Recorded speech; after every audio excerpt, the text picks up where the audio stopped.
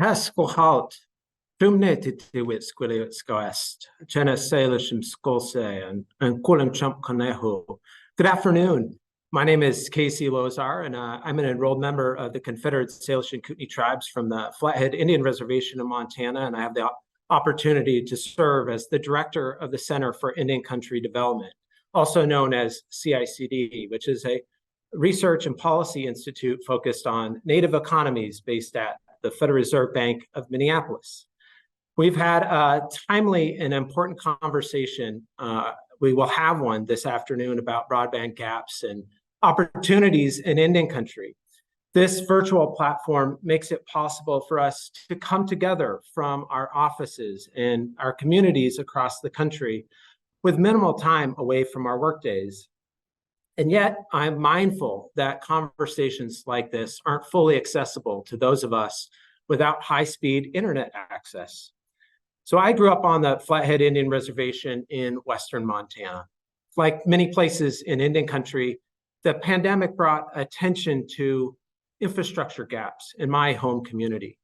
Many homes on the reservation either haven't had internet access or haven't had the high-speed connections needed to work remotely or to take medical appointments online. But new possibilities are giving us hope for advancing our future networks. This summer, my tribe announced a major grant award that will help the community build out its digital infrastructure. So there's stories like this of seizing opportunity are taking place all across Indian country. In addition to infrastructure needs raised by the pandemic, research conducted by the Center for Indian Country Development and others has helped bring attention to the broadband gaps in Native communities. Over the past couple of years, new funding and partnership opportunities have opened possibilities for tribes. Our time together this afternoon provides an important opportunity to share information and to learn from each other's experiences as we lean into the moment and we look to the future of broadband in Indian country. We'll hear from tribal broadband leaders and federal policymakers who are working through the challenges, as well as those from the thought leader community who are making the connection to tribal digital sovereignty. We'll also look at where there are challenges with broadband data and how we can advance accurate, comprehensive information on the state of broadband access all across Indian country. We're honored to host today's event in collaboration with our friends at the Federal Reserve Bank of Kansas City, as well as the American Indian Policy Institute at Arizona State University. Both provide vital research and information in this space. And we're grateful to work in partnership to make our conversations this afternoon possible. I also want to extend a sincere thank you to each of the speakers who are sharing their experiences and their expertise with us today. We have an incredible lineup, and I can't wait to hear from all of you. This afternoon's discussion is the third event in CICD's 2023 webinar series called Cultivating Native Economies in the 21st Century. Before we begin our conversation, I want to encourage you to also join us for our final event in the series. On December 13th, we're hosting a virtual data summit featuring stories from tribal leaders, policymakers, and researchers who are forging new systems for collecting and working with data in ways that truly honor tribal data sovereignty. So stay tuned to our social media channels and our e-newsletter for more details on the data summit. It is now my honor to introduce you to Jeffrey Blackwell, who serves as General Counsel and Chief of Staff for the National Congress of American Indians. Jeff, will you provide an invocation for our time together today? Thank you, Casey. I'm happy to do so. I want us all to take a moment to take a breath and take a little bit of time to come together as I ask for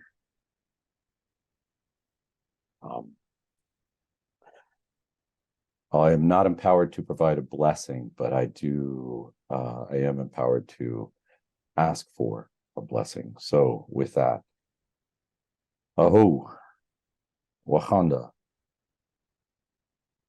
Creator, Great Mystery, God in Heaven, please bestow upon us your benevolence, your guidance. Show us a path. Thank you for bringing us together today. We ask that you help guide us to become of one mind, one understanding, one purpose. We ask that you help us in this incredible challenge that our peoples face, that as we approach issues that will make things better for our peoples, that you make us strong, that you make us wise, that you help us bring out the good things in our understanding, in our experience, that we can help our peoples. Creator, we ask that you watch over our families, our children. We ask that you grow a hedge of thorns around them as the world will challenge them. We ask that for anyone who has traveled from their home, that you watch over their families and their loved ones while they're away, their elders, their infants, and that you care for them while they are away, and that you make their path safe home to their families. Creator, we ask benevolence. Please. Mado Chokmashki, thank you. Oh, thank you, Jeff, for your words, for grounding our time together this afternoon, and for getting us started in a good way. It is now my pleasure to introduce you to CICD's Senior Policy Analyst, H. Trossel, who will provide us with information on tribal broadband history and the current opportunities that we have ahead of us here in Indian Country. So thank you, H, for launching our conversation this afternoon, and thank you all for joining this important conversation.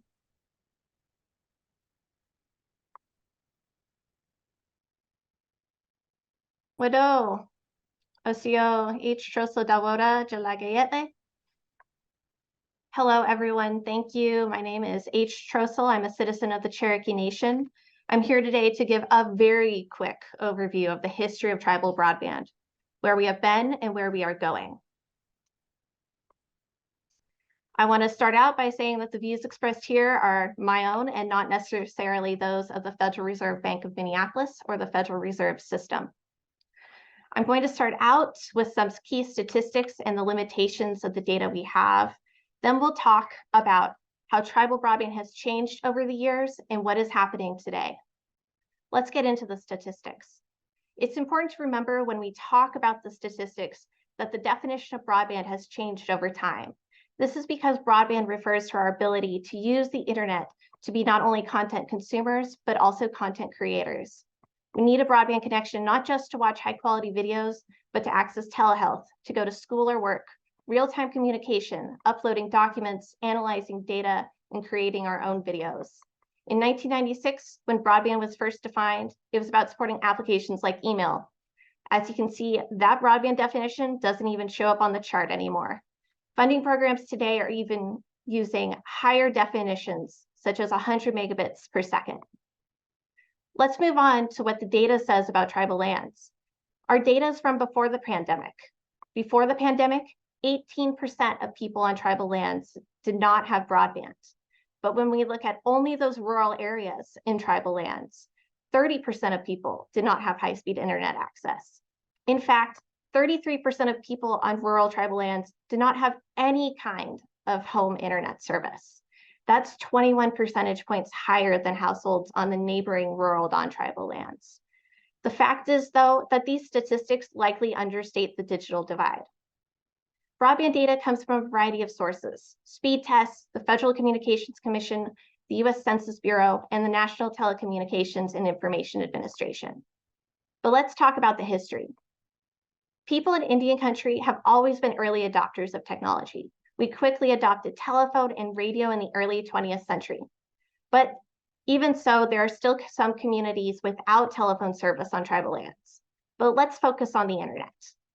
We have to start with the 1996 Telecommunications Act. It set the stage for the telecommunications system we know today. It followed the breakup of the Bell system in the 1980s, and the act was designed to create competition, but it was created without much tribal input. The internet, however, quickly spread across the country.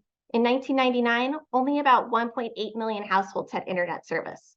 By 2000, that number had almost doubled. 3 million households had subscribed to high-speed internet service, and 70% of zip codes reported at least one subscriber. But the digital divide was already developing. What little information we have on internet access on tribal lands comes from a few FCC reports and a seminal study in 2009 by Sasha Meinrath and Dr. Tracy Morris. They found that American Indians adopt internet technology more quickly than the rest of the American public, but only when internet service is available. The fact remains that broadband had not been deployed throughout Indian country equitably. In 2015, the FCC finally released information about the deployment of broadband on tribal lands. The digital divide was very apparent. 63% of people on tribal lands did not have broadband access, compared to only 17% in the rest of the US. And it was not just because tribal lands are often rural.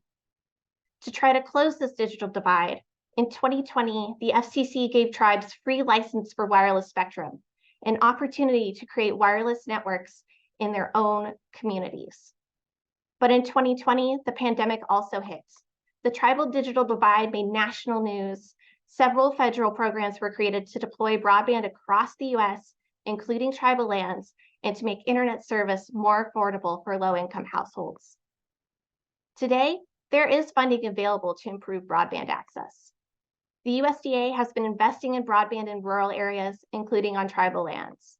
The FCC has created a national broadband map and an associated FCC funding map to track the digital divide and how federal funds are being used to close it. And the National Telecommunications and Information Administration is managing several funding programs, including the Tribal Broadband Connectivity Program. That program has already awarded more than $1.5 billion in funding for almost 200 projects across the country. Broadband access on tribal lands is a complex policy issue, and broadband is just one area that shows the data gaps on tribal lands. Wado.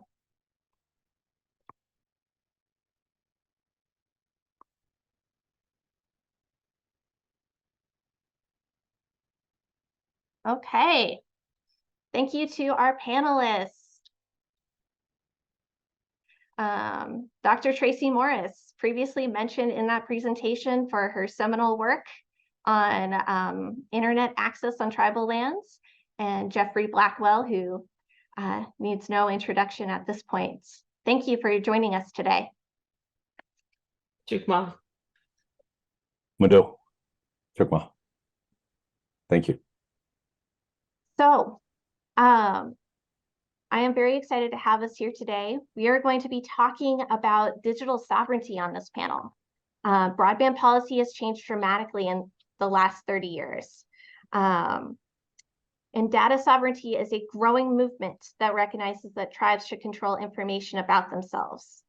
This has come to the forefront.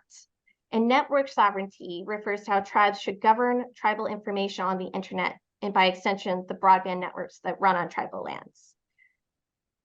So let's just take a minute to further define these terms.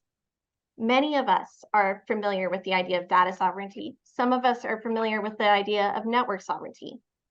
But Dr. Tracy Morris, you've coined a new term, digital sovereignty. Can you tell us a bit about that? Sure, I'm happy to. Thank you for asking me to be here today. I appreciate it.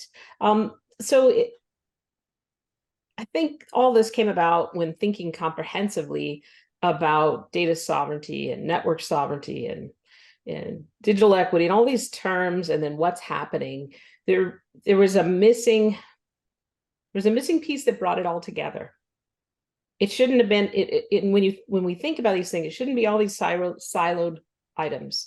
And so it became apparent after doing some research that indigenous digital sovereignty or tribal digital sovereignty, TDS, is can be an overarching term that brings everything together under one umbrella so that we can talk about it in different ways. So it really is both the information and the physical means by which information transfers. And then infrastructure can fit under there. It's a very fluid and neat way to package it. How about that? Excellent. So if you could dive into this a little bit more, Tracy and Jeff, how does data sovereignty relate to digital sovereignty? I believe, Jeff, that you noted in previous conversations with me that data sovereignty really rises to the forefront in terms of financial data and healthcare data.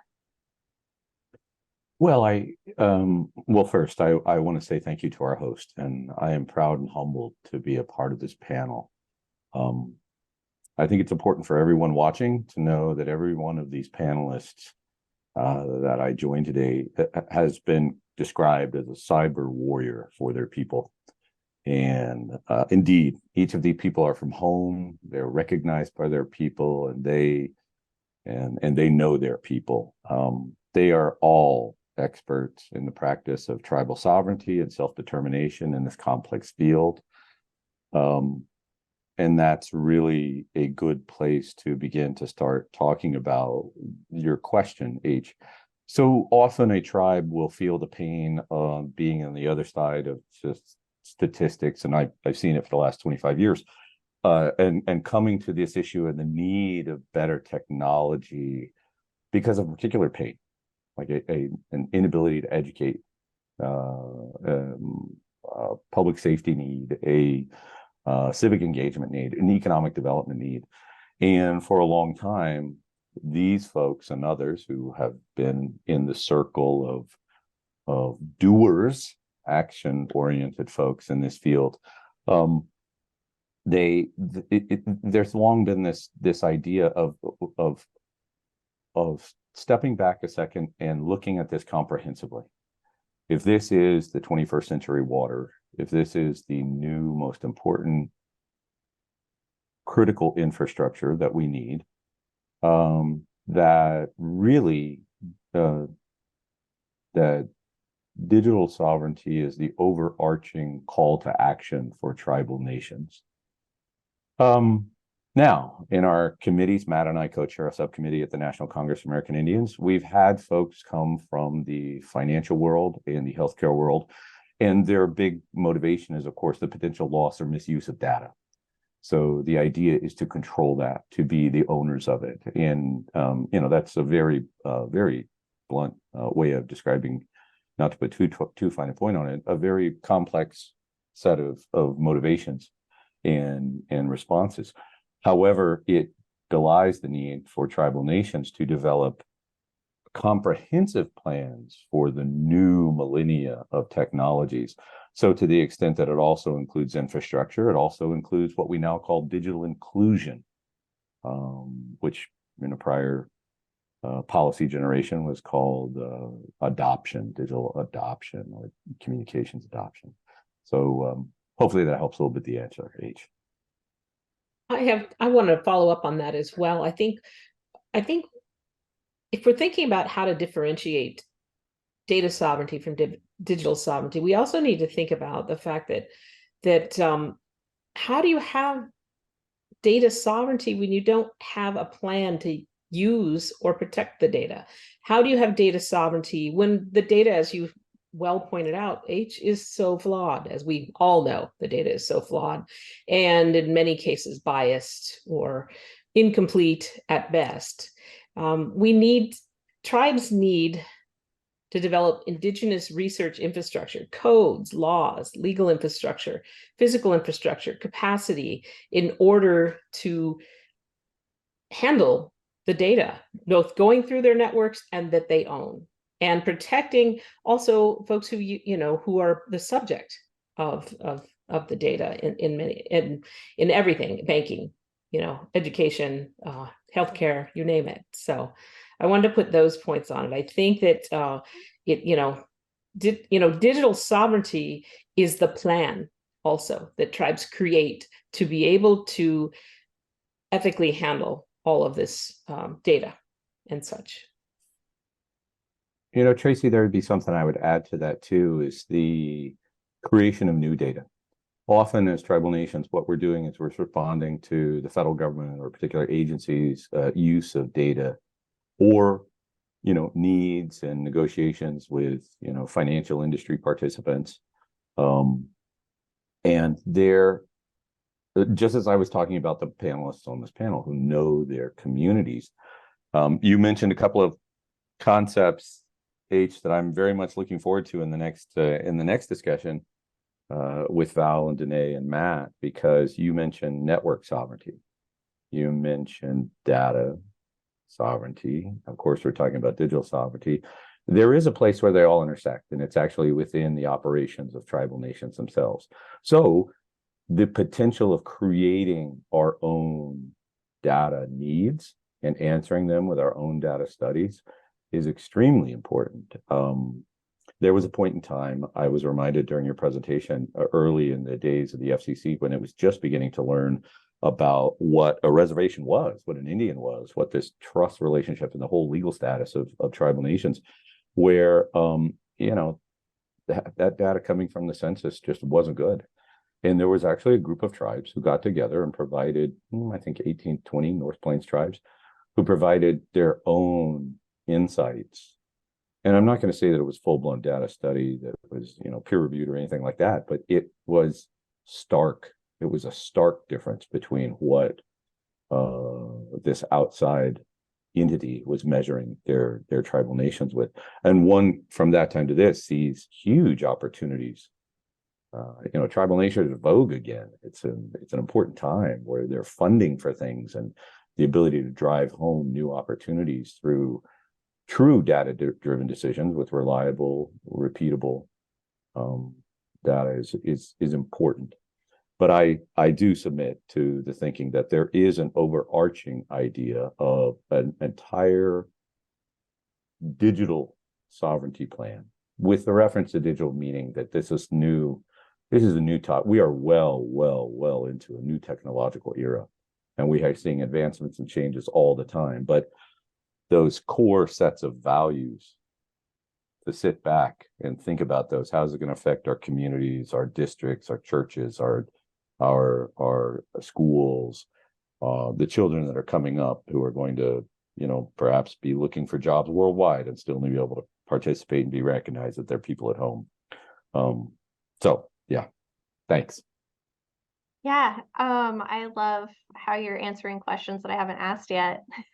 It's wonderful, because the next question I was going to ask, and you should definitely expand on it, is how tribal digital sovereignty will improve the data and information available to policymakers. And also, you've been in this space for such a long time, both of you. What have you seen change over the years? Starting in, 2009, 2010. Oh, I'm going to jump in first. Yeah. I'm actually working on a book right now. Jeff and I, Matt and a number of other folks, we're working on an edited volume on tribal digital sovereignty. But as I'm going back and cataloging the work that I've done, and then adding to it work that and I'm making a comprehensive timeline chapter. So thanks for the highlights, H, because it's really going to be that more comprehensively in one chapter. But one of the things in hindsight, because I hadn't stopped to look back, was just to see how much happened just between like 2009, 2010, and 2015. Those 5 years, there's so much stuff packed in there. I think, yes, I did that study, but I think what happens is the formation of ONAP, the Office of Native Affairs and Policy at the FCC, is huge. I think the sheer number of policy and proceedings that happened at the FCC. Has anybody ever looked? I'm a geek. Has anybody ever looked at just how many responses and how much of a bi-directional conversation it was between NCAI and the FCC and the federal government at this time. You get the tribal priority and radio broadcast licensing, which is the foundation for 2.5. That's a lot of policy making in a really short period of time. And so I encourage people who think that policy moves slow or policy is dull. It was not a dull time. It's really great to look back and see that. And we're in a era of movement like that right now. We're in the middle of it. This is happening now. So I think, so yes, we've seen a lot of change. And I think it's a lot of positive change. The opportunity is huge right now, and we can't let it pass us by. And Jeff, Well, you I were would there. Yeah, I would add, yeah, I worked at the FCC twice, and at both very different timeframes. And those are very kind words, Tracy, about ONAP. I think everybody on this panel contributed a great deal in that, bi-directional conversation that you're talking about. Many of the resolutions that NCAI took up at a national level originated with the affiliated tribes of Northwest Indians. And I'm reminded that both Danae and Val were chairs of their committee. But it genuinely, I think one thing to learn is to not act like we haven't been here before. We've been here before. There have been two major occasions where the opportunity to attack this digital divide and close it with creative thinking and genuine purpose and well-crafted economic regulatory policies that work in Indian country, and then also with tribal nations to genuinely be able to take hold of those opportunities. The big difference right now, of course, is that there is direct funding. And over the course of the last 20 years, we proved that you need direct funding in any country, that there are certain industries that no matter how much subsidy, it is not their choice to try to make a profit with their business model in any country. So we really do have to remember some key ideas, some key tenets. One is no one size fits all. There is no one solution for all of any country, and that is just simply that. The other is,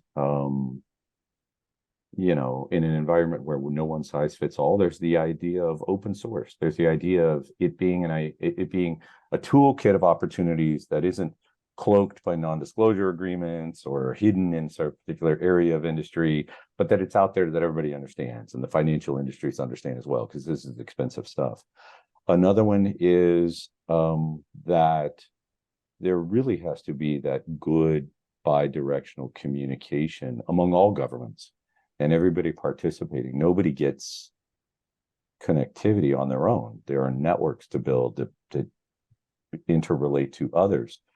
I would say that we absolutely have to see better longevity on the issues associated with what was originally called adoption, is now called inclusion, and that these programs like what began as Lifeline, that is basically low-income support that make our low-income families in the Indian country middle-income consumers for their broadband dollar, those simply need to remain and continue to be viable, no matter what happens in terms of new tribal ISPs cropping up. I would say we even have to go back and take a look at the basics of that 1996 Telecom Act, and the truly is what we're trying to do is create competition, or are we trying to find the best possible solutions that are justifiable and operational and sustainable? At the same time, we're also trying to prove that they're going to be profitable. So I commend the many tribal nations that have applied for the Tribal Broadband Connectivity Grant. That was an idea that was around for a long time, and credit where credit's due. There were some staffers who kept that white paper alive that was written 10 years before the pandemic. And when one of the first funding pieces came out of Congress, those staffers at NCAI put it forth, and they bought it and actually put $1 billion to it and then put more. But all that having been said, it's not forgetting where we are now, because there were times where we were at these same issues, just in a different technological environment, but continue to see that forward progress, and not try to step backwards. Not that anybody is trying to step backwards, but just to learn from anything right now, because this too will wane and not everybody will have connectivity. The solutions that have been created now will work in a particular area, but that will only create a more recalcitrant strain of this particular type of digital divide, and we'll have to get even more creative at the next level. So yeah, that's a good question. Thanks. I have a follow-up if I could. Jeff, I think I want to tack one other thing on there that works, and that's tribal-centric solutions that emerge from communities, not top down, not somebody coming in and telling us how to do it. If you know, it's we know our communities, and certainly Matt and Valerie and Danae, you are all examples of this. I wrote about Matt and Valerie at one point in my career, and that those tribal-centric solutions, that works. The other thing that I wanted to highlight is some of these programs, in addition to Lifeline and these safety net programs, there's another safety net program right now that's the ACP. And the ACP is not set up for permanent funding, but a lot of folks are pushing for it. And one of the things that we're seeing in some of our work at the American Indian Policy Institute is that the ACP now is becoming the financial lifeline for community networks. So when a tribe puts in a community, its network like the 2.5 and or other networks, the way that they can continue to operate that network is by signing up their citizens on ACP. So it becomes a sustainability model for these networks. It's starting to. So definitely we're hearing from tribes that should continue to be funded as a permanent safety net program. So Tracy, I think I mentioned tribal centric, but I want to make sure that we all that we put a little bit more meat on that bone. So by tribal centric, I mean there are a lot of regulatory tools and a lot of analytics in government, like the data that we were talking about earlier, that is so woeful, that is largely based on sort of economic theories and measurement thinking from outside any country. Our economies work differently. What is sustainable in Indian country is very different than what is sustainable in other places. I mean, I hardly need to tell the institution that is hosting this that, you know, dollars don't circulate in our community the way they circulate in others. So there are very different characteristics sometimes to what business and development looks like in Indian country that take root and stay for a long period of time. And as far as, yes, ACP, the latest iteration of an ideology that, yes, there needs to be a program that recognizes that, and whatever it is, that it have special components that recognize those unique economic statistics in Indian country for low income support. You talk to the 10 tribal telcos in the United States, and they have 80% of their elders on the program. I mean, that's, I think, directly from the Gila River Indian community and the Gila River Telecommunications. And they wouldn't be able to do that without this. That Lifeline program that has turned into ACP that we expect shall endure into the future. It allows a carrier like the Cheyenne River Sioux Tribe Telephone Authority to monitor and keep a level of connectivity in the tribal homes on their reservations when that propane dollar becomes very important in the depth of winter and becomes sometimes more important than the broadband dollar. But they can power down and keep a Lifeline-like level of service so that their community stays together through those cold months. And of course, we have been here with these questions before. There are opponents to these programs that call it federal largesse, that say we should pull ourselves up by our bootstraps. I mean, when you have certain reservations that approach 70% unemployment, let's at least meet halfway. But yeah, it does become, to Tracy's point, absolutely part of the business model to move into Indian countries to recognize the economics. Thanks. Yeah, I think we're starting to get towards that one word that has sort of come up over years, digital equity. And in this context, tribal digital equity. So when we're talking about all of this history and starting to recognize digital sovereignty, what does that mean for tribal digital equity? And how do you define that? Since we know we've talked about how it used to be digital adoption and then digital inclusion, and now we're at digital equity. Tracy. It's interesting. There's a lot of conversations happening and have been for the last couple of years on digital equity. It's very much coalescing. In my academic world, I feel like digital equity overarching is becoming a field. I think it's becoming a field. There's a lot of academics talking about it. What it will end up ferreting out to be, I can't quite see or don't quite know at this point. I tend to think of it a lot like I think of digital sovereignty, an umbrella term. But I just assume it's a part of indigenous digital sovereignty. That, I mean, if you've got indigenous digital sovereignty over networks and over and such and over data, then you at some point it has to equate to digital equity, because that's us asserting sovereignty. I mean, digital sovereignty, I'm going to quote you, Jeff. You said this last week in a conversation we had, that digital sovereignty is not about the modifier, it's about the sovereignty. And so I think that equity fits nicely in there. You know, sovereignty can be active, not just descriptive. It can be an active word. So I don't have a concrete, digital equity is X, Y, and Z. I think it gets confused a lot, because I do know that in certain states, you can't use the term digital equity, even though it's Digital Equity Act. You have to use digital inclusion. So inclusion gets conflated with that as well. But I think that's the road we're on, is to digital equity. And we're going to do it with tribal digital sovereignty and building our networks and protecting our data and our people and our communities.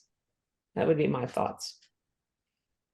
So I understand the arguments. I understand the policies. I understand where it comes from.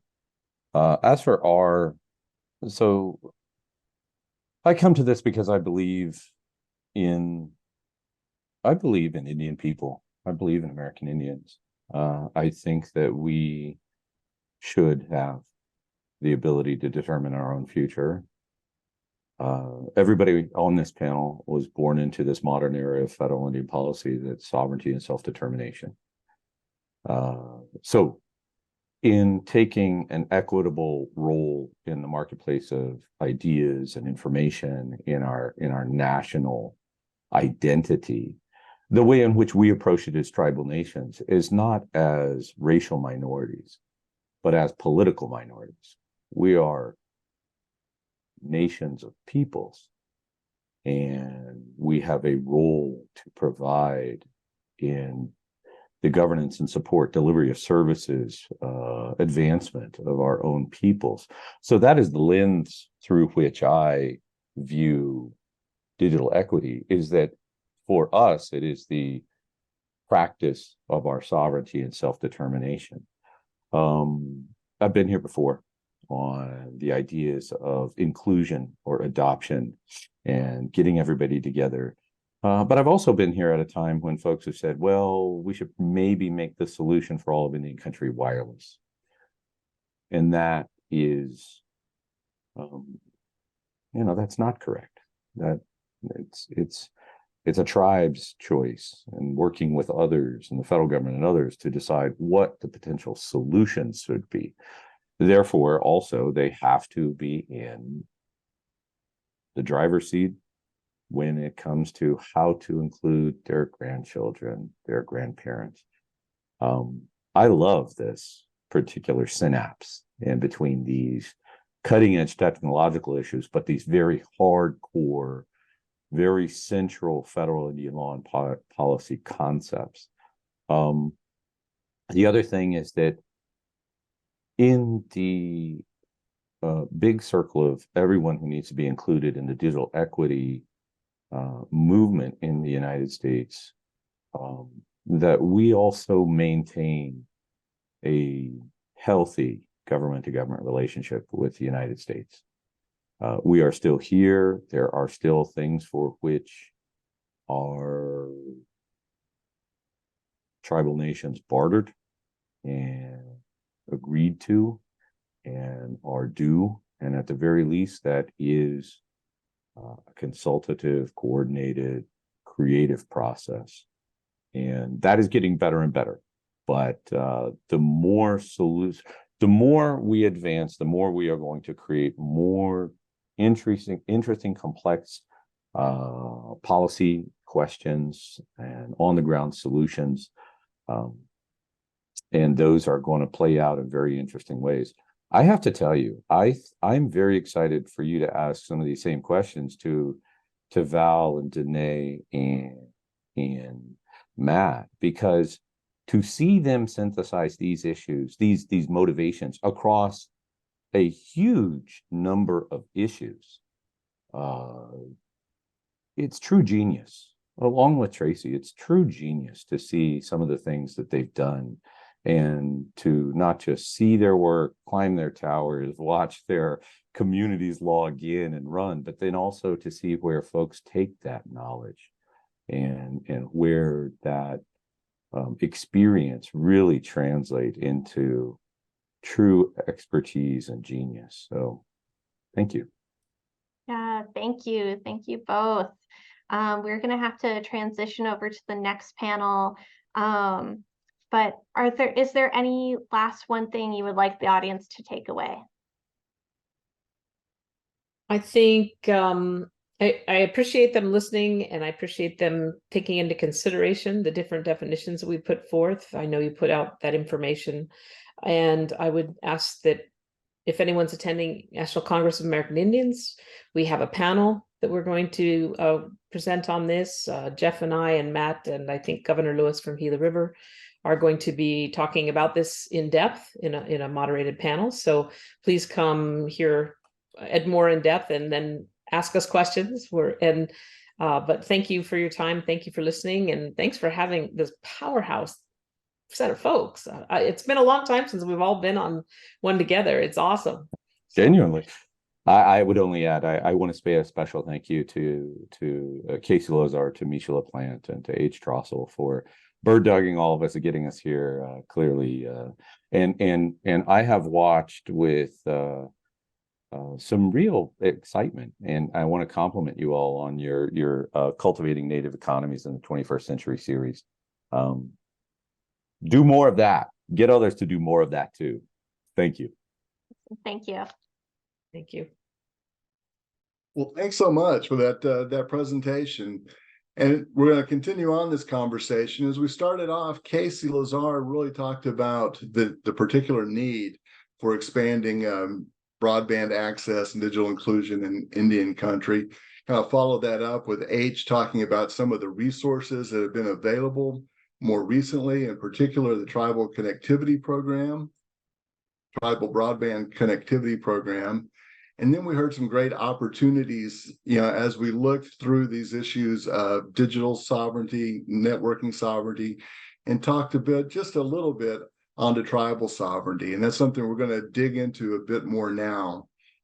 As we have these new resources before us, like the Tribal Broadband Connectivity Program, there's this realization that it's great, but some of it is one-time money.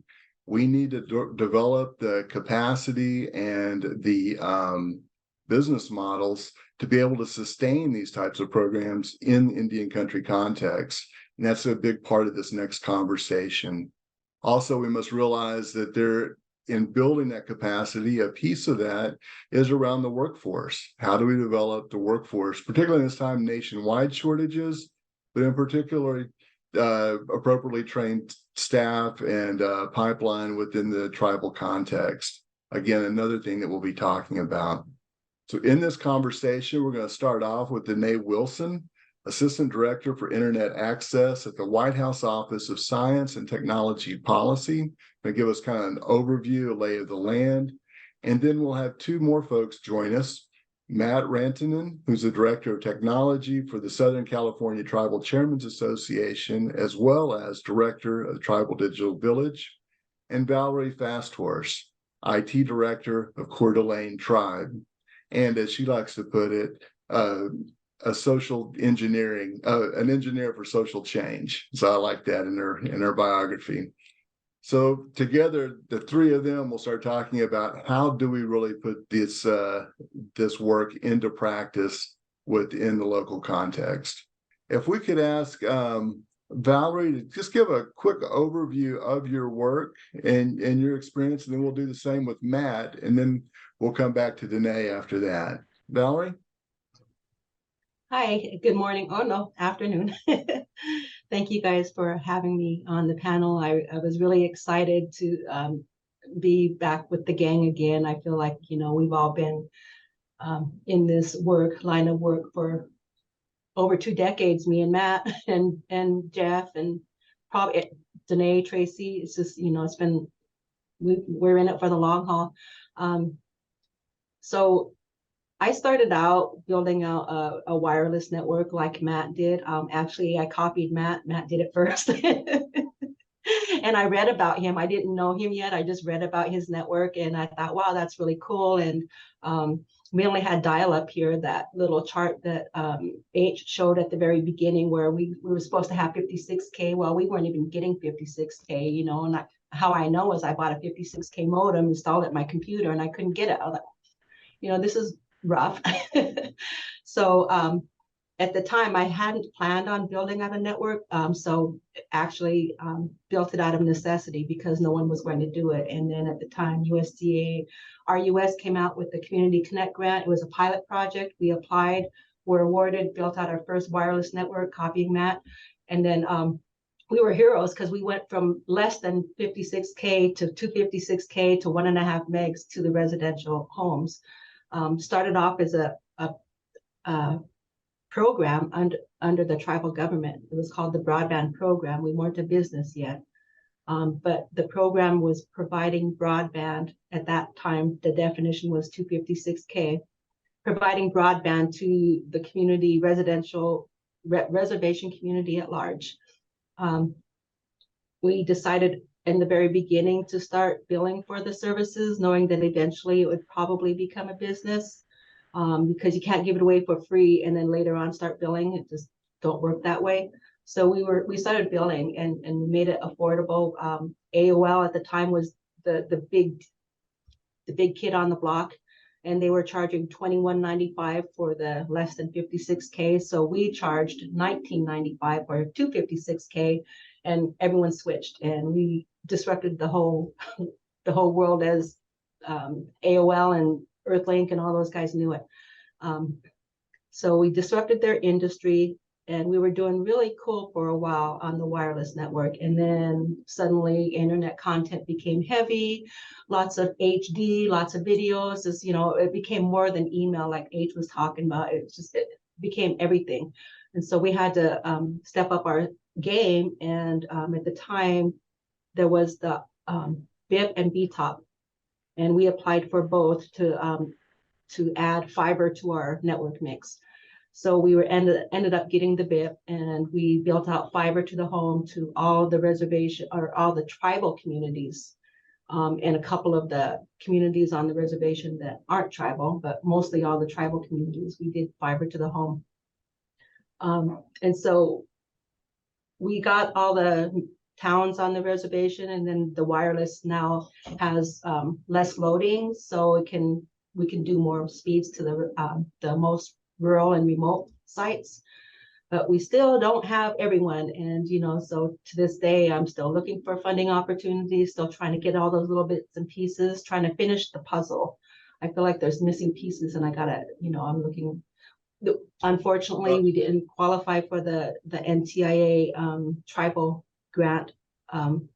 Valerie, I think that sounds great. I know that you're really taking us on arc there, from discovering the problem to doing a program. starting to charge market rates, moving it into a business, and continuing to look for that last piece of the puzzle, as well as that last mile to the individuals that aren't there yet. We'll come back and dig into a bunch of those things, and it was obvious to see how quickly we can get into some real detail that we all need to know to make these programs work.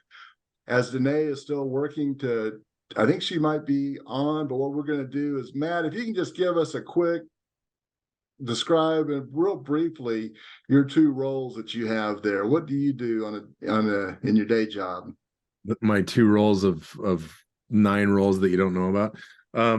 So I have at the Southern California Tribal Chairmen's Association, like Valerie said, I've been at this for over 20 years. 22 years, I think, is starting my 23rd. So working to basically bring in communications opportunities to the consortium of tribes there. When I started, there were 19 tribes, federally recognized tribes together. Now there's 25, and we have a network that that Valerie was talking about. We built a wireless network that was served with fiber at the head end and now fiber at the tail end, and we deliver the services through microwave. And as the evolution of broadband usage, data, increased in size, et cetera, we've been trying to fine tune and hone that network to be able to bring better services and quality of service to folks. So through policy, advocacy, funding opportunity, engineering and design, and working with tribal communities over the last 22 years, we've been trying to just keep up with that broadband definition and make sure that our folks have access to the resources of today. And the two roles that you mentioned are directly related to making sure that the tribes that are part of Tribal Chairmen's Association have the access to broadband that they need. That network is currently going through a sort of an engineering process with some outside engineers that are friends of ours, and we're looking at opportunities to integrate some of what California is building right now. California is building, upwards of a 10,000 mile middle mile fiber network to support the unserved and underserved communities, and the Tribal Digital Village Network is looking to take advantage of those pathways that are coming near and through our network, and be able to sort of remove the bottlenecks of wireless and remove some of the constrictions of wireless, and export a lot of our pathways closer to fiber and through fiber to get back to the rest of the world, so that we can stay relevant in speeds and opportunity. So that sort of sums up 22 years in a nutshell. I think we ought to see if Danae is dialed in. Yeah, that's I was waiting on that. I've been getting some word behind the scenes, but Danae, can you hear us? Can we hear you? I can hear you guys perfectly fine. I just oh, you guys can hear me. Okay, good. Oh my goodness, we got it working. So I'm so sorry, we're having some connectivity problems. I keep getting dropped from the Zoom meeting, both on the audio and on the video. So my apologies. I don't know if that's on my end or something else, but either way, I'm connected right now. And I do have a presentation, and I'm not sure if you have it there or if I need to share my screen and share it here. Believe that you were going to share it there, and okay, Paul no may problem. have it on the backside. Yep. If the share becomes too heavy, I would say Paul should launch it.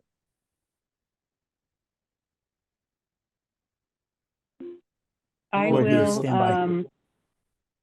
Paul's going to launch it. Just one second, Danae. Let's let him take care of that. Perfect. If you want to go ahead and give us a little brief intro to your work and what brings you to this. So this is like coming home. I was able to hear Valerie. It's back with the people that I enjoy being around the most. I've known everybody on the panel for a very long time, and of course, Dr. Tracy Morris and Jeffrey Blackwell as well for a very long time, and highly respect the work that they do.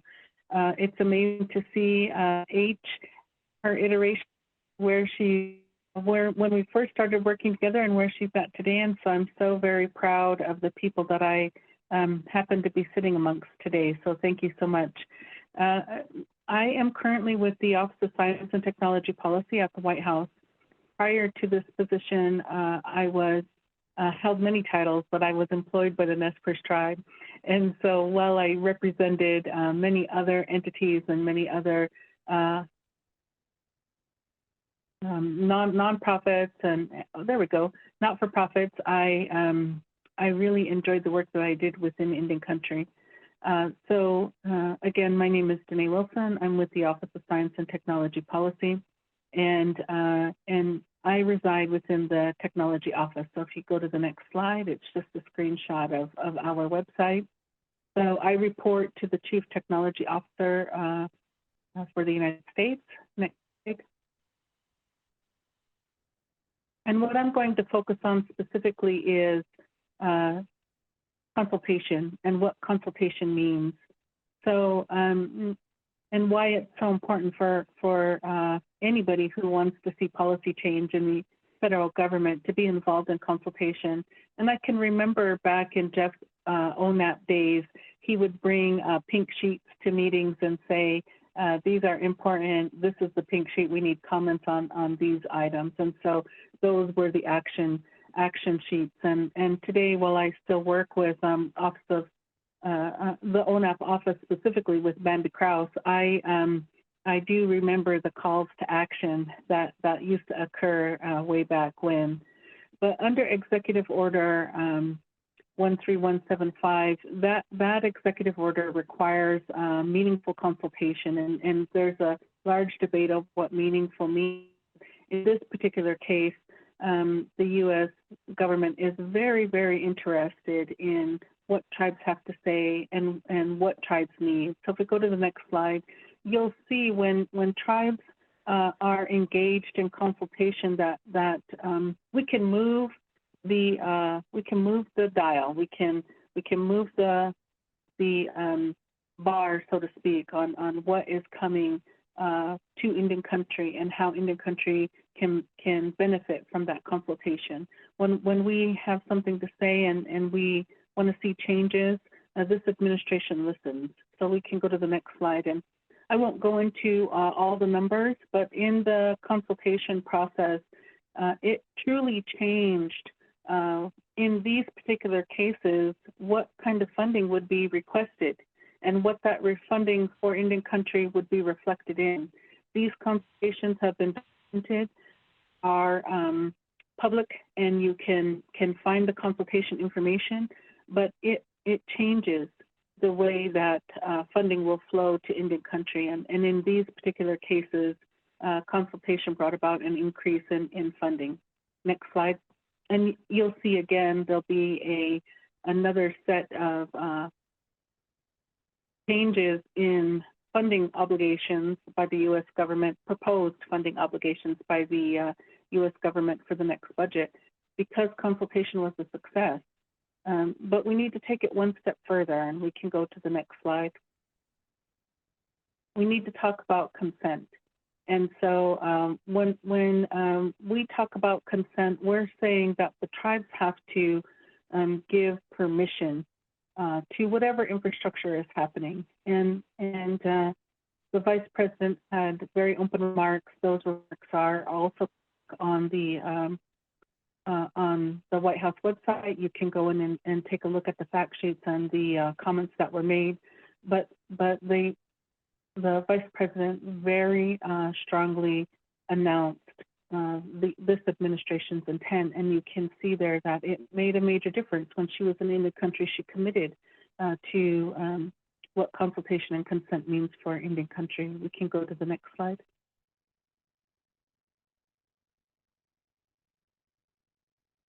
So when we're talking about how this administration supports Native nations, we really want to talk about how consultation and distribution of federal funds really impacts tribal lands and where that funding is allocated, how that funding gets spread across Indian country.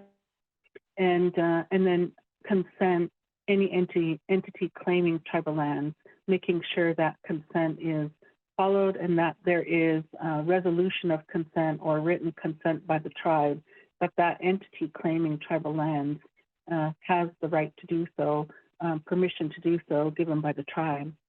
And then, of course, comments were received by both NTT and FCC for spectrum over tribal lands. Again, Ms. Purse was a recipient along with many, many other tribes of the 2.5 window and has deployed that 2.5 network. And we're seeing the benefits of when tribes engage and ensure that they are taking advantage of those programs that are meant for tribal nations, that we are advancing our communities. And then permitting and rights of way, again, that goes back to consent, happening with permitting and rights of way, and how do we ensure that under the new infrastructure builds that are coming out under BEAD and under other IIJA funded, bill funded programs, that the tribes are highly involved, that they're made aware, that they understand what's going to be happening on their tribal lands, whether it's for water and sewer or for broadband or for bridges and roads. Permitting and rights of way are significant to Indian country, and we want to ensure that we're engaged in those processes. We can go to the next slide.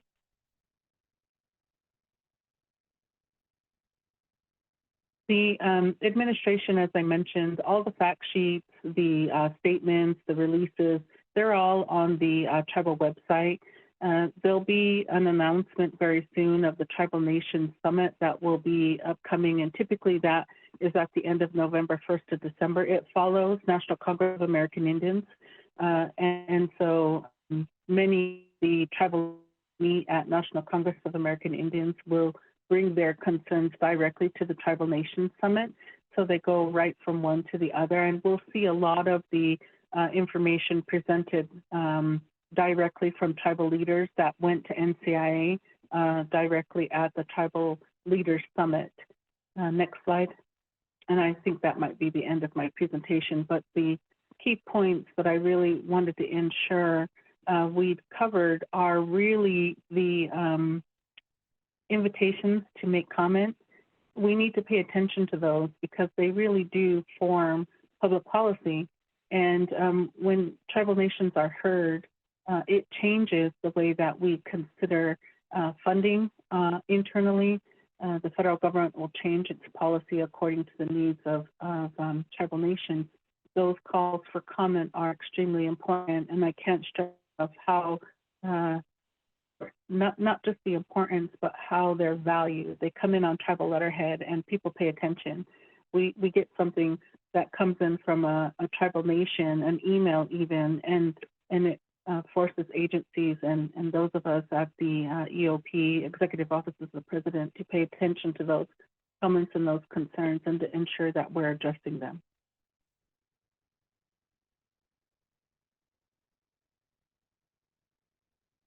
Yes, thanks so much, Danae. That's a great overview of some important parts of sovereignty, tribal sovereignty that are often overlooked, to be quite honest, by folks outside of the field. And so we've talked about this idea of consultation and consent. We've looked at issues of digital sovereignty, network sovereignty. Let's take it down and look at how does this play out, in practice in terms of tribal sovereignty affecting, the programs and the business models that are being put in place.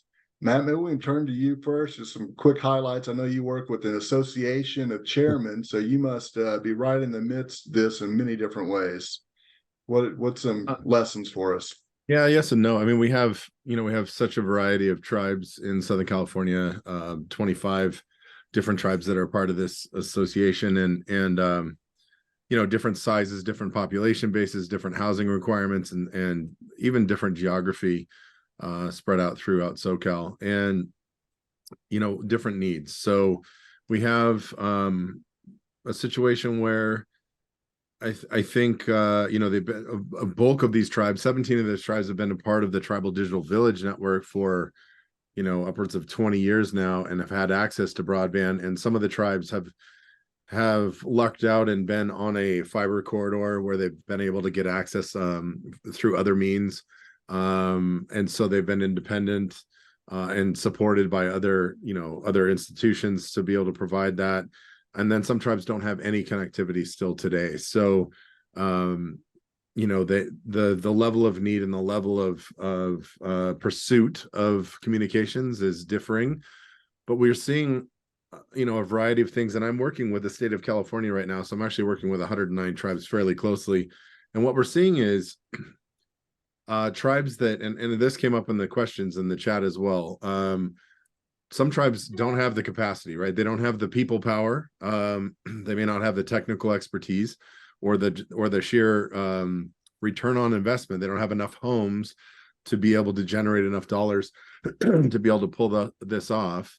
So what are those tribes doing? And some of those tribes are asking for outside carriers to come in and build on their reservation with them, to shadow them and learn the process, and then to hand over that infrastructure, and that infrastructure is paid for with the tribe's earmarked federal dollars, through a number of programs, Community Connect or the Tribal Broadband Connectivity Program or other funds, and then taking over that network, but getting services provided by a carrier and potentially operations and maintenance provided by a carrier during a contracted lifetime. Some tribes have the capacity. I think I need to point out a shining example in California is the Hoopa Valley tribe, which they've got a large tribal broadband connectivity program grant. They have just recently signed a joint build agreement with the state of California to build a number of miles in the middle mile program that California is building out on. And they have a very strong operations and maintenance plan to help support the state's network as well as their network. And then you have those in-betweens where they're doing math on whether or not they have enough, return on investment to do this. How would they subsidize it if they don't? Can they get enough of the capital expenditure and the infrastructure paid for so that all they're really doing is focusing on operations and maintenance? And so there's a bit of a balancing act there. And unfortunately, a lot of these programs are on a tight timeline. So, tribes are learning as much as they can get their hands on. They're sharing information with each other. Tribalbroadbandbootcamp.org is doing as much as it can to be out there and sharing with tribes and bringing tribes together to become a group of people that can use each other as resources. So I think there's just a variety of things that are happening, and it's all happening fast. But when it rains, it pours. Right. And Valerie, you've worked in one tribal setting for a number of years, from initiation to program to business model. How have you developed this capacity over time, and how has the tribe supported that? So developing capacity over time, in terms of human resources, my network admin and my broadband operations manager have been with me from the very beginning. My broadband operations manager actually designed my network back in 2000. And then my network admin, I got him straight out of high school. He was everyone's go-to. And he's now nearing almost 40. And he's been a great asset. We grow our own, I invite young tribal members to come in, and it's just on-the-job training for the most part, teaching them safety, teaching them technical skills, digging, trenching, climbing, wear a hat when you're climbing, get your climbing gear on. Whatever their desire is, within the company. Red Spectrum is the name of the company now. It's no longer the broadband program, became LLC, established under tribal code. The business model, and thank you, Matt, for bringing that up, is because we do have the number of households that can support Red Spectrum. We have a 30% take rate. There's about 4,000 people that we can serve. We're not serving all of them. Some of them are unserved, underserved, not able to serve. Some of them have other providers. Our reservation is 345,000 acres, and we have a lake that is in the middle of it. So we provide service on this side of the lake, the west side of the lake. The east side of the lake is where there's a lot of other providers, wireless providers. Great. Yeah, and that idea of kind of growing your own, building from within and meeting those needs and expanding the capacity as you expand services is great. And I know that the federal government level, there's been a big push around apprenticeship programs in the workforce system. And may be interesting to see how those may play out in the roles that you're working with. And with that, I'd like to bring it back to Danae. You know, what other, you gave a great list of federal opportunities, and we've talked about some of those. When you look across the country, what are some other states that are engaged with their tribal governments to do this kind of work? Matt mentioned working with the state of California, for example. Danae, do you have other examples to raise around that? I do. So there are several states that are doing really great things in conjunction with their tribes and that are working diligently to ensure that their tribal communities are engaged. Now, we know when rural community receives broadband, that it has to come from local support, as Valerie mentioned. Like, you have to find the people who are going to stay in the area, who have aptitude to do the maintenance and the support of those networks. Maine did a really great job very early on talking to the universities preparing for BEAD. So more than a year ago, they had their community colleges start planning and developing courses that any Maine resident could take that would put them into various levels of the workforce. And so when you think about how they started prepping early on, making agreements with the universities to do tower climbing programs at the local universities taught by industry leaders within the state, and it goes towards Matt's boot camps. When you're training local people to do that, support those networks, you can find a win-win within the state to keep those funds within the state, but also then to fund those local communities or tribal communities so that there's a livable wage now that exists in that very rural community that will support a family to keep the money within the state and to keep the money on the tribal lands and to help grow that workforce that's in extreme high demand.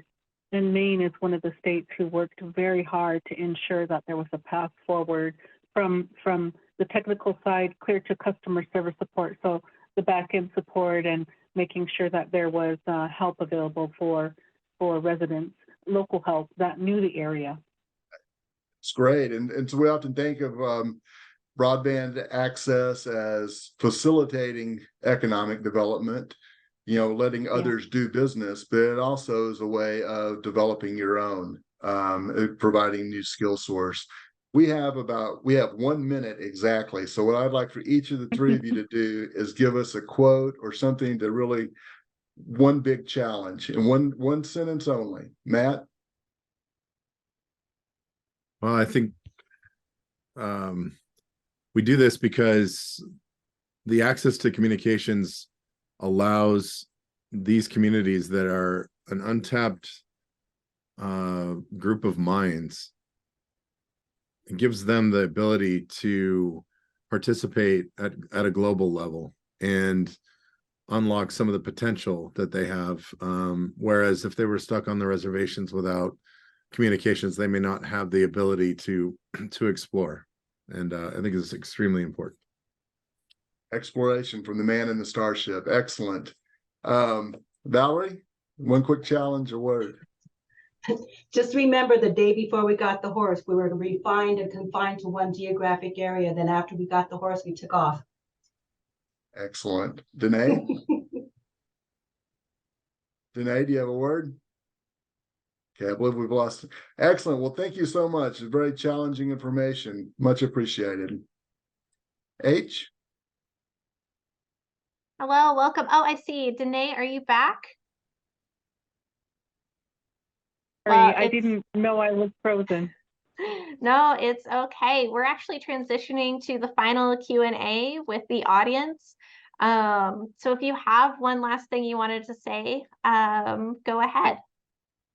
Okay, I just wanted to mention that every American should have the ability to live and work where they choose and not be forced due to career access to a career path to relocate. So that was my last on that particular. Thank you. Thank you. I appreciate it. And yes, we will have all of our panelists back for the audience question and answer. I want to apologize because we're not going to be able to get to everyone's questions, but feel free to contact us after the panel, after the webinar, and we can try to get those answered for you. So I want to get us kicked off with this question. In the conversation around building tribal connectivity and ISPs, what are the pros and cons around supporting the creation of tribally owned ISPs versus incentivizing large national ISPs to build, maintain broadband infrastructure? Are there things that we could do to better support tribally owned and operated internet service providers? I should really stop saying ISPs. That is like so many abbreviations. Okay. Who wants to kick us off?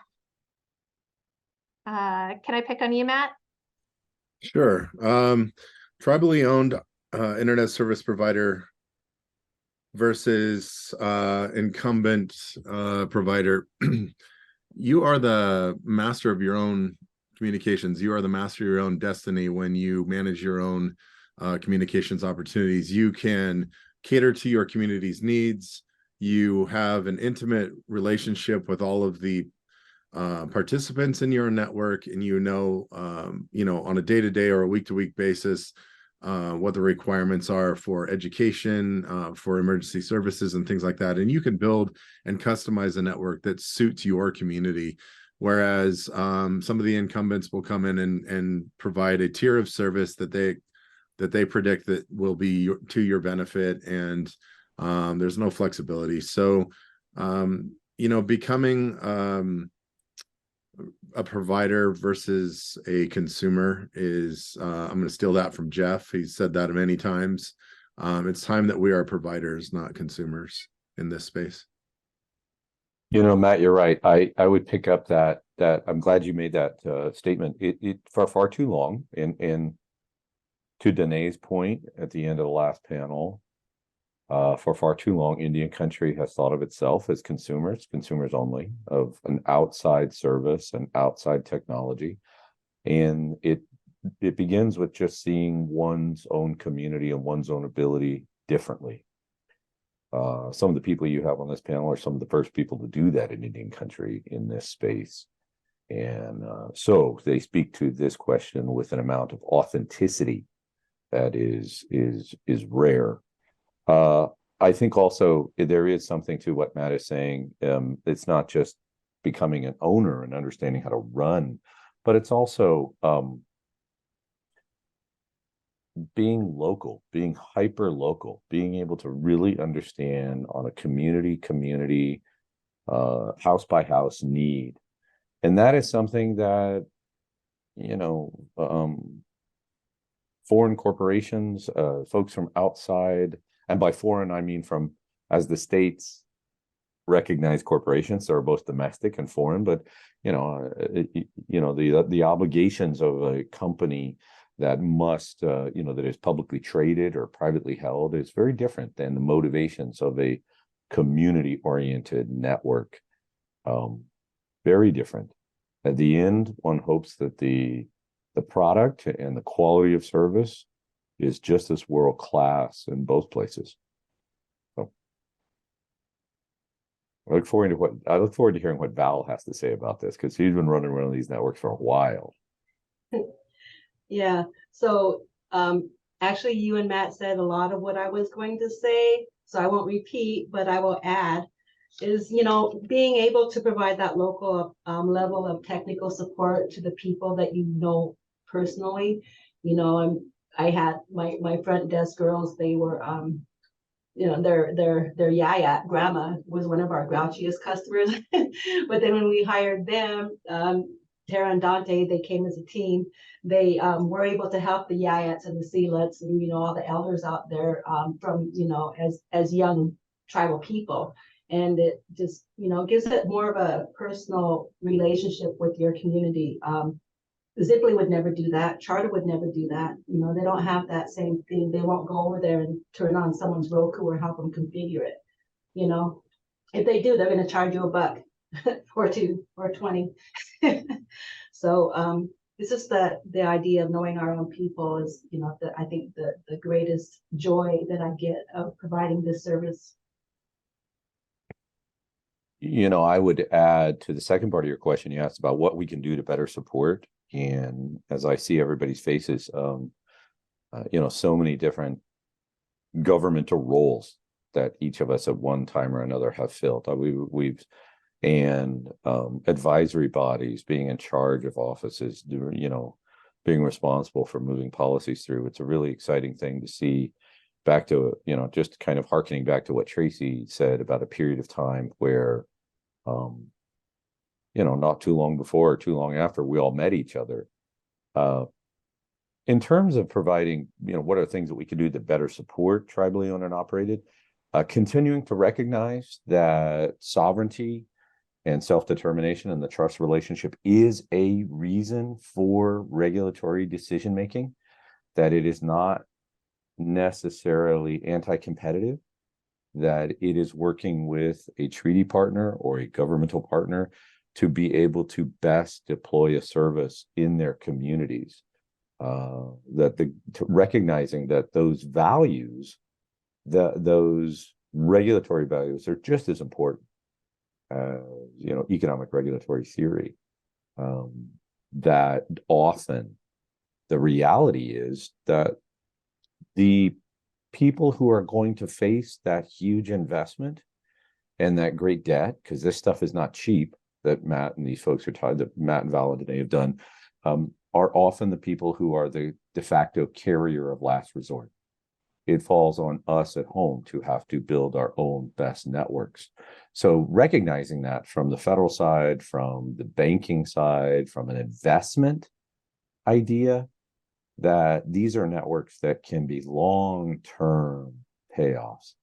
I mean, I know I've worked with a lot of banks. They're looking for long-term relationships, long-term, almost the Chinese way of thinking and seeing the long play. So I would add that. Thanks.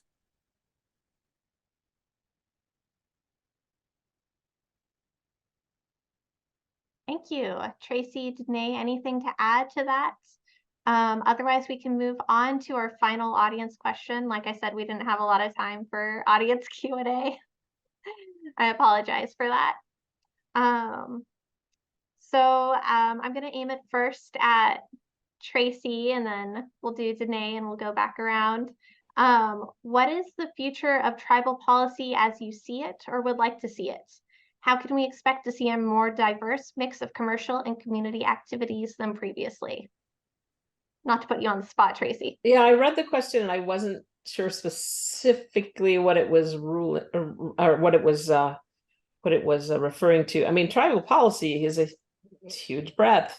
I mean, it's big. Obviously, I pay a lot of attention to it, but most of my focus does go to, you know, at AIPI, we are towards broadband, but I say broadband, someday there'll be a better word for all this, but what we're talking about here with all of this, I think that's that is the underpinning of everything. Here I was talking about the umbrella term. Now I'm going to talk about the underpinning, because everything we do in policy work, in the work that I do and I see is, you know, it underpins it, whether it's energy, whether it's health, whether it's education and access to education, economics, you name it. Even when we have worked in the past on missing and murdered Indigenous peoples, connectivity impacts that.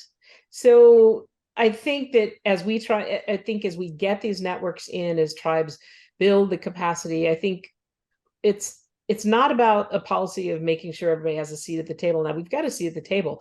Now it's about bringing the next generation into this, because we all are the OG and we can't keep doing it forever. You know, we probably will, you know, but at the same time, we need our folks behind us, like H, you know, you did some work for me, or, you know, certainly Mikhail, who's out at Gila River, Tribal Digital Initiatives. He's doing great work. we need our next generation coming in. So I think of it more in that way, I guess. Policy to influence folks in the next generation. And I would go right along with that. Succession plans that include not only your leadership, right? How to bench the conversation with your leadership so they can represent you while they're talking policy issues in DC or funding issues in DC, but then who's going to follow you? NESPERS has a great person who stepped in after I left, and Melissa King has carried the work on seamlessly. And so making sure that you have somebody that is fully capable. You know, we used to talk about, hope you don't get hit by a bus, right? Because if you get hit by a bus, then who's going to pick up and make sure these networks are continuing to run? But it isn't just policy planning for today, it's what's coming up next and ensuring that we are looking ahead to what's happening. So what bills are currently on the floor and who is your advocate? And if you don't have an advocate, what entity you go to? Is it AI, TNI? What agency can you go to help you develop policy positions that can stand for all these multitude of bills that are hitting the floor? And that's something tribes may not be tracking, and it could impact them in a big way. I would say, and perfect segue into what we're doing with training and getting tribes to communicate with each other. Because in the beginning, and this is the OG squad here, we were all doing this in silos for a number of years, and it was a couple of years until I met Jeff. And, you know, it was maybe a year and a half into it that I met Valerie. And then a little bit, you know, somewhere in that timeline, I met Danae and Tracy. And, you know, I think some of the things that were so surprising to us is like, oh my God, you're building this now? And, you know, like, we want to build that, or we're building one too. And we didn't really know.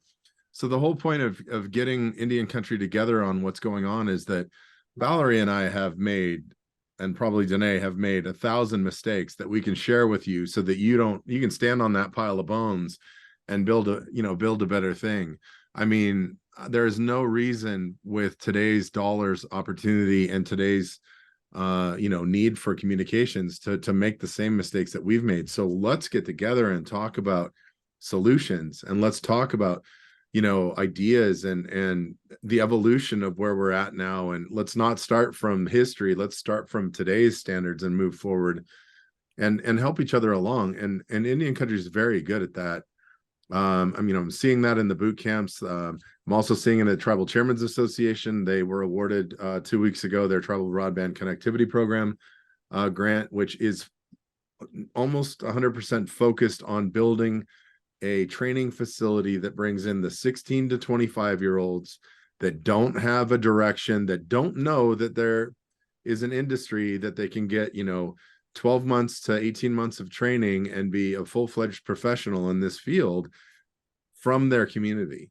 So we're trying to make sure that Indian country understands what makes that phone work, makes that iPad work, what makes that computer work, what gets them connectivity to the rest of the world, and how to build the bones of the networks themselves. So and I would just add really quick, right along with that, Matt, is that 10 years ago, we were talking about digital equity.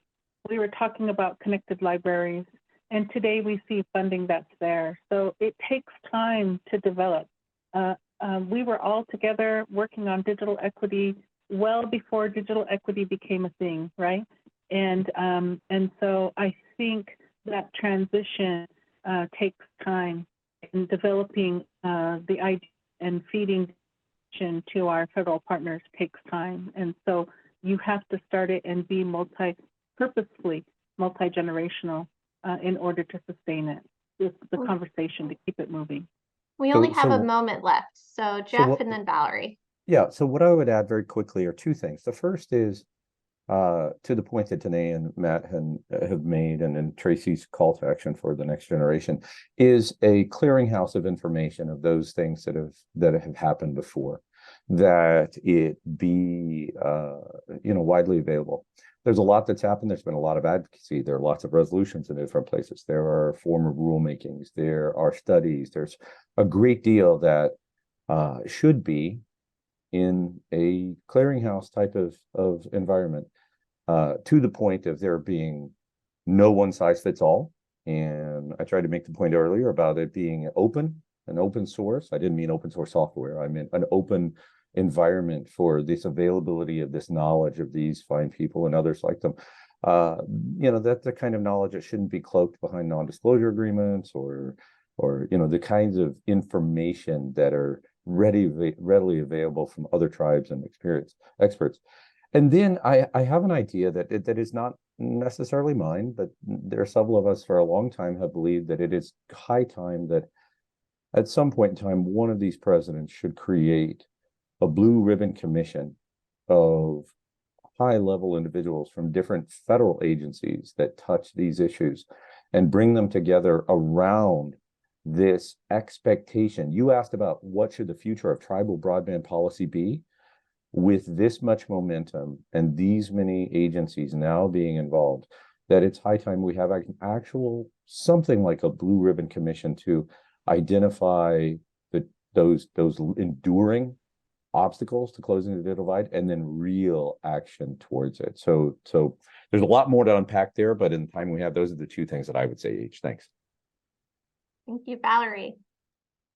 Hi, I don't really have much more. I mean, actually, we could go on for weeks on talking about broadband, but I just want to take this time to just thank you guys. And I really appreciated this opportunity. I mean, every person that talks sparks a new idea in my mind. And it's like, it's just it's crazy. I love it.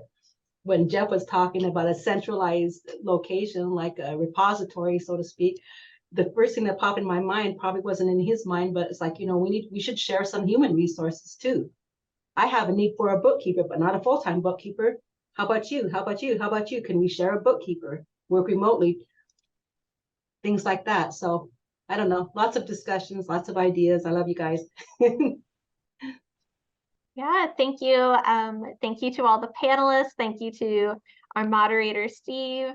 Thank you to our audience for sticking with us. I know we've gone a little over time, but we really appreciate you all coming out. And yeah, we're so excited for the future of tribal broadband, and we're happy to talk more about it offline, of course. Okay. Last, give me You.